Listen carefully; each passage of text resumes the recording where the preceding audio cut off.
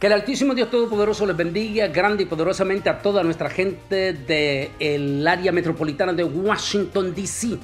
Este miércoles 19, déjenme compartir con ustedes esta palabra. Primeramente os he enseñado lo que asimismo recibí, que Cristo murió por nuestros pecados conforme a las Escrituras, que fue sepultado y que resucitó al tercer día conforme a las Escrituras, y que apareció a Cefas y después a los 12.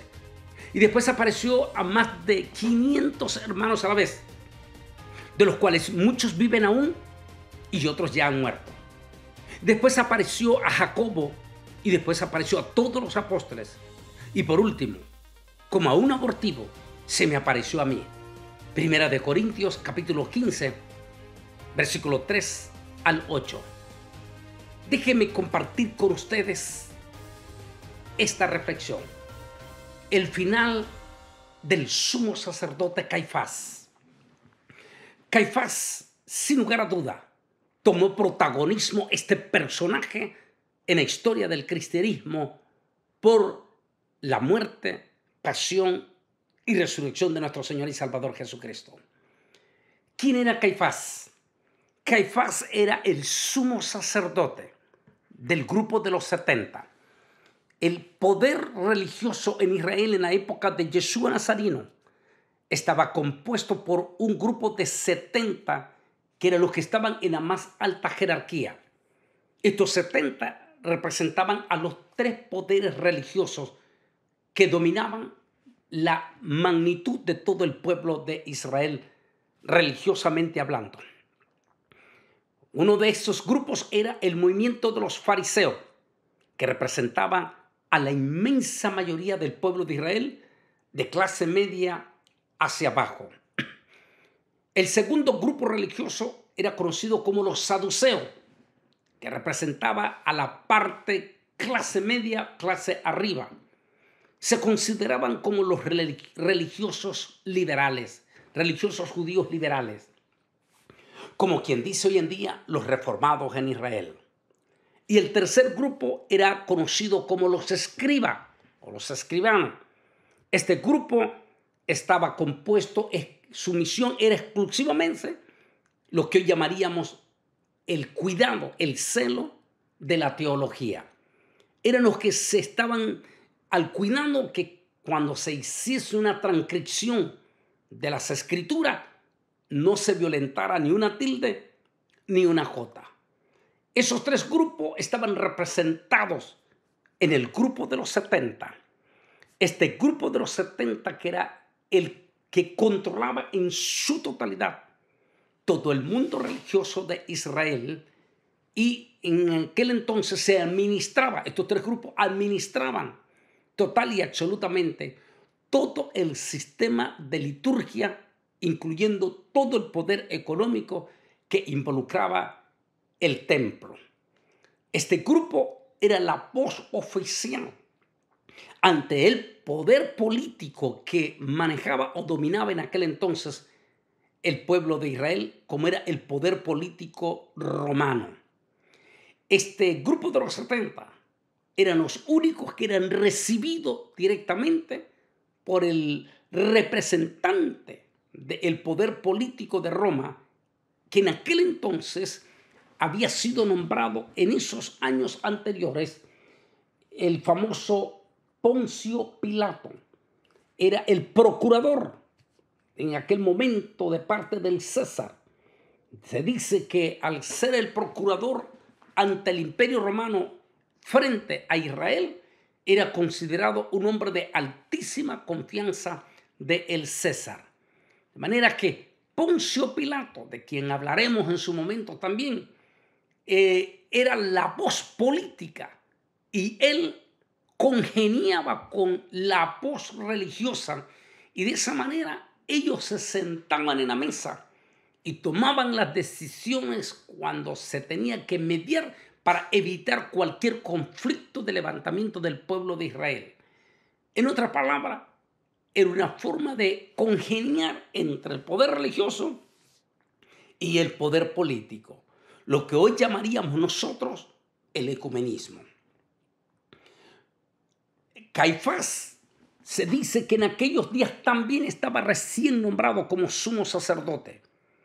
Su suegro, que había sido por muchísimos años sumo sacerdote, llamado Anac, había cedido su puesto a su yerno, en este caso Caifás. Así es que Caifás le tocó ejercer juicios religiosos en aquellos primeros o ese primer año, y por supuesto nunca imaginó que iba a ser el protagonista de uno de los juicios de uno de los personajes más extraordinarios de la historia. Fue Caifás quien tomó el control para hacer un juicio con profundas fisuras de debilidades o de falsedades o de injurias que se llevaron a cabo, porque Pilato, juntamente con la inmensa mayoría del poder religioso, consideraron al gran rabino de Galilea como un eminente peligro para la estabilidad económica de ellos religiosamente hablando, por cuanto ellos consideraban que aquel famoso rabino de Galilea podía ser la chispa que incendiara un levantamiento del pueblo de Israel ante el Imperio Romano. Y si eso sucedía, entonces los grandes jerarcas religiosos perderían su beneplácito ante el poder religioso de Roma.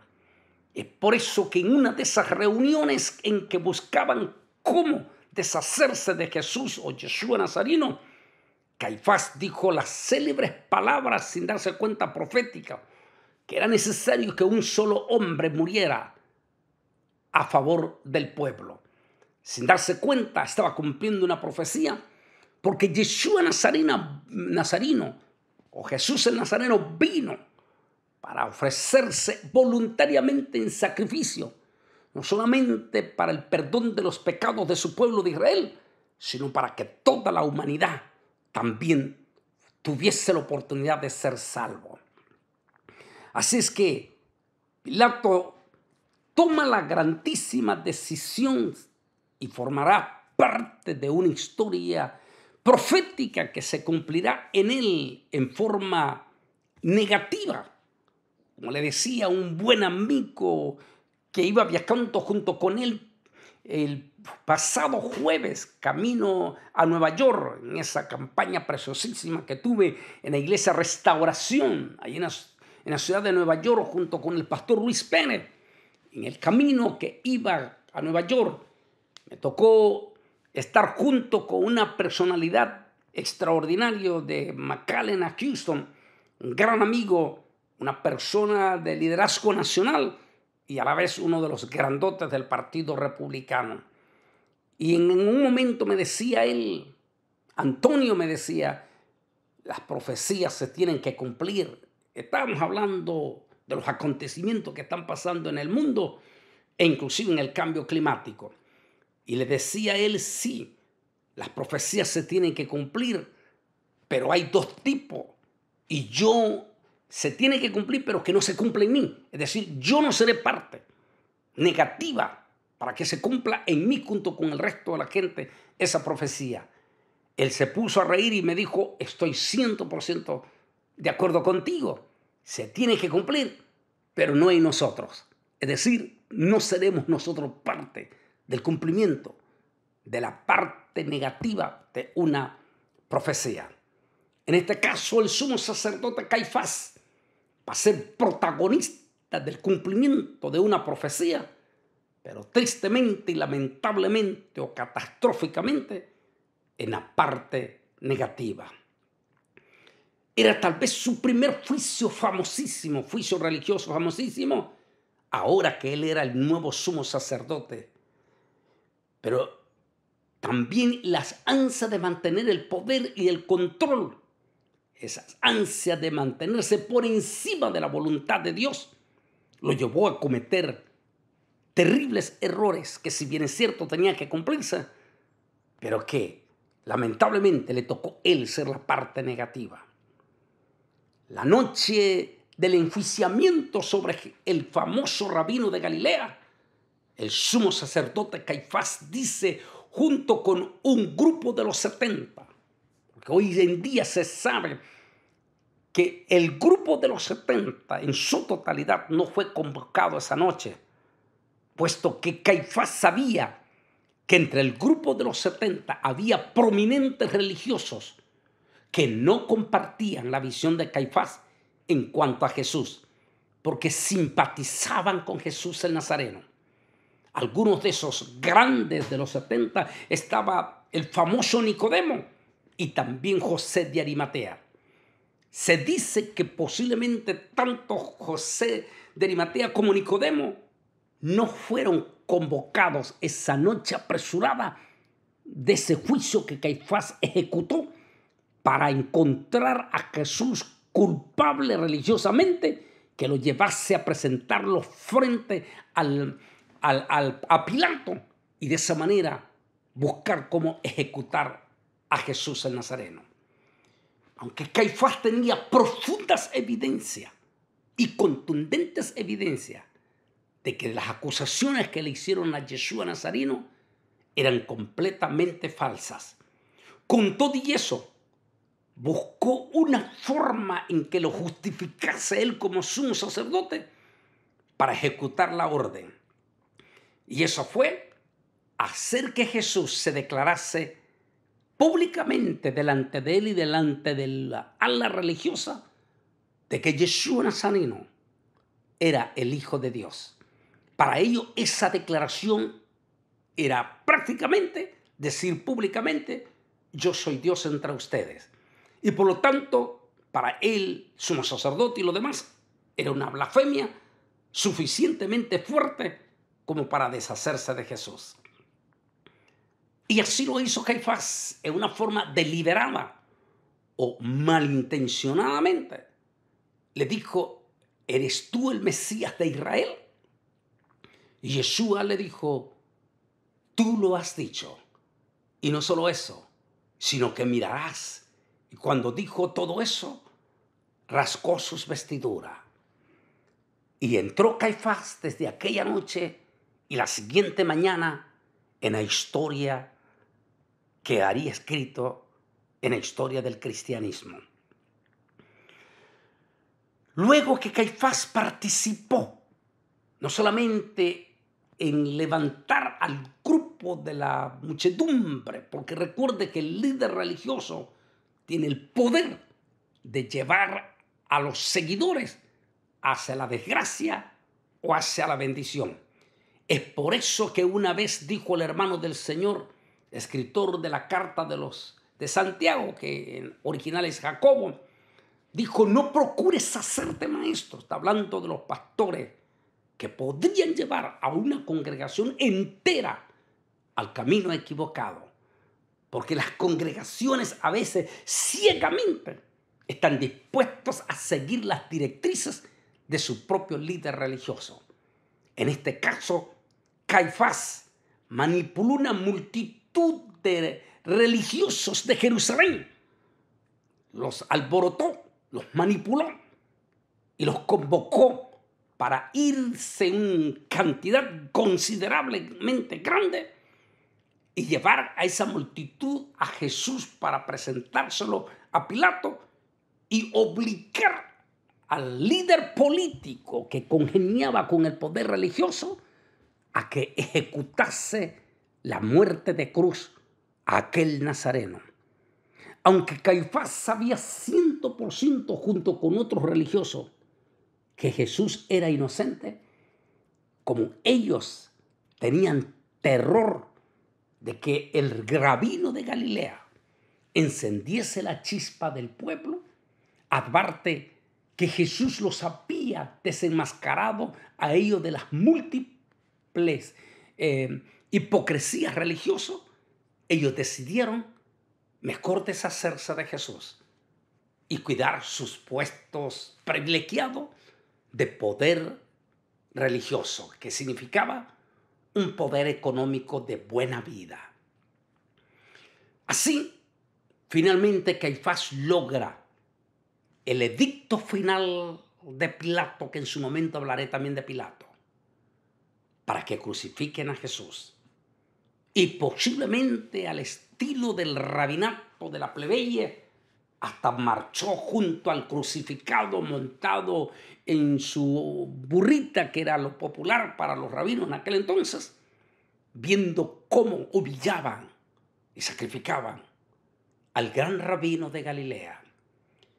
Y llegó hasta el monte de la calavera para asegurarse el propio Pilato, el propio Caifás, junto con los líderes religiosos, de que se cumpliese y se ejecutase certeramente de que Yeshua Nazareno había sido ejecutado. Una vez que eso se logra, e inclusivemente dice un dicho que no hay peor ciego que el que no quiere ver.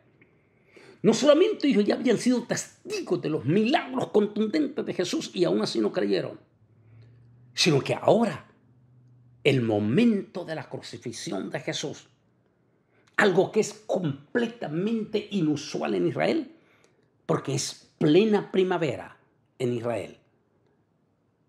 A partir de las 12 del mediodía y hasta las 3 de la tarde, el cielo se encapotó, se puso oscuro. Era suficiente para que el sumo sacerdote y los ciegos religiosos que estaban con él se diesen cuenta que habían cometido un gravísimo error.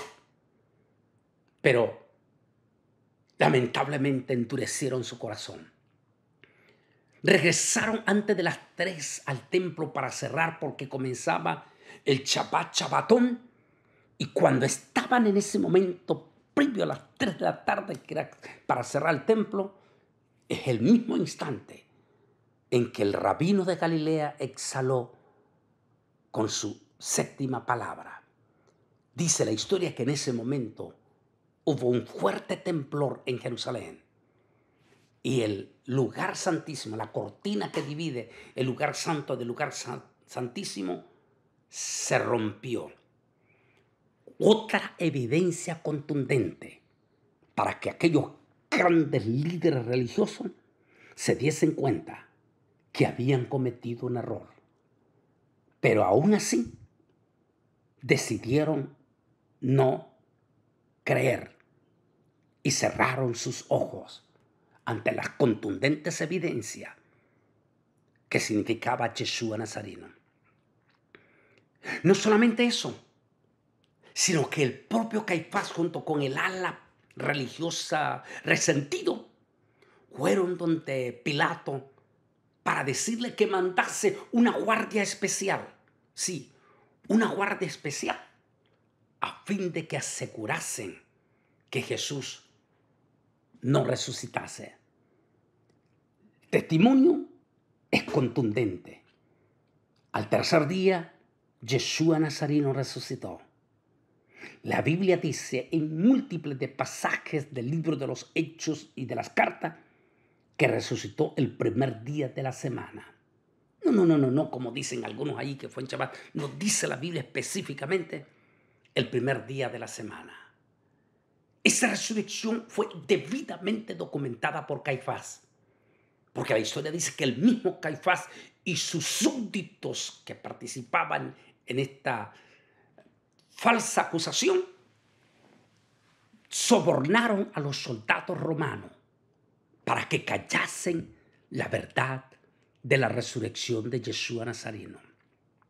Y luego, junto con Pilato, de quien recibió contundentes evidencias por los mismos sacerdotes de que efectivamente Yeshua había resucitado, pero que esta vez, si ellos lo proclamaban, las consecuencias iban a ser grandes, tanto para los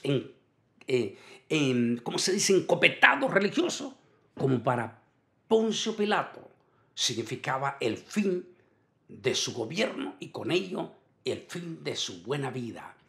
Así es que, con tal de no perder esas grandes comodidades, deciden ellos tapar con toda clase de injuria la resurrección de Yeshua Nazareno. Y aquí es donde vamos a esta historia. La historia dice que Caifás murió 3 años después de la crucifixión de Yeshua Nazareno o Jesús el Nazareno. Encontré en 1996 a un profesor, rabino, arqueólogo. Hicimos buenos amigos, vamos a tomar café, de la Universidad Hebrea de Jerusalén. Y él me compartió la siguiente historia. Él me dijo: Antonio, entre el mundo religioso existen misterios, como el misterio de los rollos del Mar Muerto, me dijo. Y uno de esos misterios es, hay evidencia que Caifás murió 3 años después, linchado, eso sí está documentado, dijo, linchado por una turba, porque lo acusaron de que Caifás públicamente dijo que ya no aguantaba más seguir negando la resurrección del rabino de Galilea y que Jesús había resucitado. Y eso provocó que el ala religiosa que quería ocultar cualquier levantamiento incitase a la multitud a que lo mataran. En tal caso, me dijo, aunque por cuestiones religiosas eso se mantiene en el más profundo silencio, eso quiere decir, me dijo, que Caifás fue un mártir de Yeshua, aunque se ocultó la verdad. Pero, ¿qué importante tiene eso? Bueno, precisamente porque en 1990, a finales de los 80, un arqueólogo israelí encontró la tumba de Caifás. En el encuentro encontraron que en la tumba de Caifás y de su hijo encontraron 3 clavos de un crucificado. Misteriosamente, aquellos clavos desaparecieron del lugar donde los expusieron, hasta que se hizo una investigación exhaustiva en la cual participó el famosísimo periodista Sinshat Jacobishi, y dieron a conocer la gran noticia. Déjeme decir este reportaje. Un estudio reciente publicado en la revista de arqueología de Discovery encontró rastros de la crucifixión en los clavos de la colección de Caifás que daban por desaparecido y que concuerdan exactamente con los elementos químicos y orgánicos de la tumba, de que esos clavos pertenecieron a un crucificado en la época de Caifás. Basándonos en la evidencia colectiva, concluimos, dice Discovery, con considerable confianza, que los clavos localizados por el periodista de investigación Sinshat Jacobishi en la colección de artefactos del Laboratorio de Antropología de la Universidad de Tel Aviv son los clavos perdidos, escapados en la tumba de la familia de Caifás en 1990. Y además, dijo esta noticia que fue en el 2011, además que estos clavos se utilizaron exactamente en una crucifixión. Si eso es así, entonces viene la pregunta del $1.000.000. ¿Por qué Caifás pidió a su familia que cuando muriese pusiesen 3 clavos de un crucificado? ¿Cuál había sido el personaje relevante de la historia en la cual Caifás había participado para su crucifixión? Sino el propio Jesús el Nazareno. ¿Por qué pidió que en su tumba lo enterrase con los 3 clavos del gran famoso o famosísimo rabino de Galilea crucificado, o de un crucificado, si no había sido Jesús el Nazareno? La respuesta podría ser sencilla. Sin lugar a duda, podría decirse que Caifás, aunque su mal lo alcanzó, aunque murió apedreado, linchado, no pudo seguir soportando, como dicen en sus escritos mientras estaba siendo apedreado, no puedo seguir ocultando una verdad. Y dijo públicamente que Yeshua no solamente había resucitado, sino que él mismo era testigo de esa resurrección. ¿Es posible que esto haya sucedido? Lamentablemente se mantendrá como una hipótesis que deja profundas preguntas a los intelectuales. ¿Por qué en la tumba de Pilato fueron encontrados 3 clavos, efectivamente de un crucificado en su época? Esa responde que solo hubo un personaje relevante de la historia, porque la resurrección de Jesús fue todo un terremoto dentro del pueblo de Israel en los siguientes años.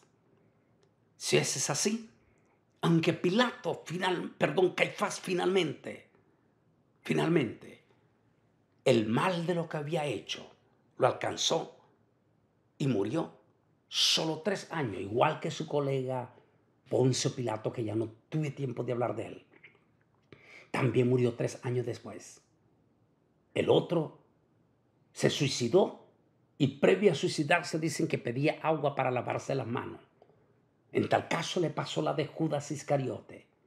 Sabía que había cometido una profunda injusticia, pero el mal ya lo había alcanzado.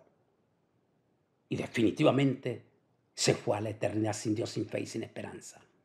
En el caso de Caifás, si es que se dio por los clavos encontrados, entonces finalmente, aunque murió en forma dura, fea, pero al menos posiblemente testificó que Yeshua había resucitado.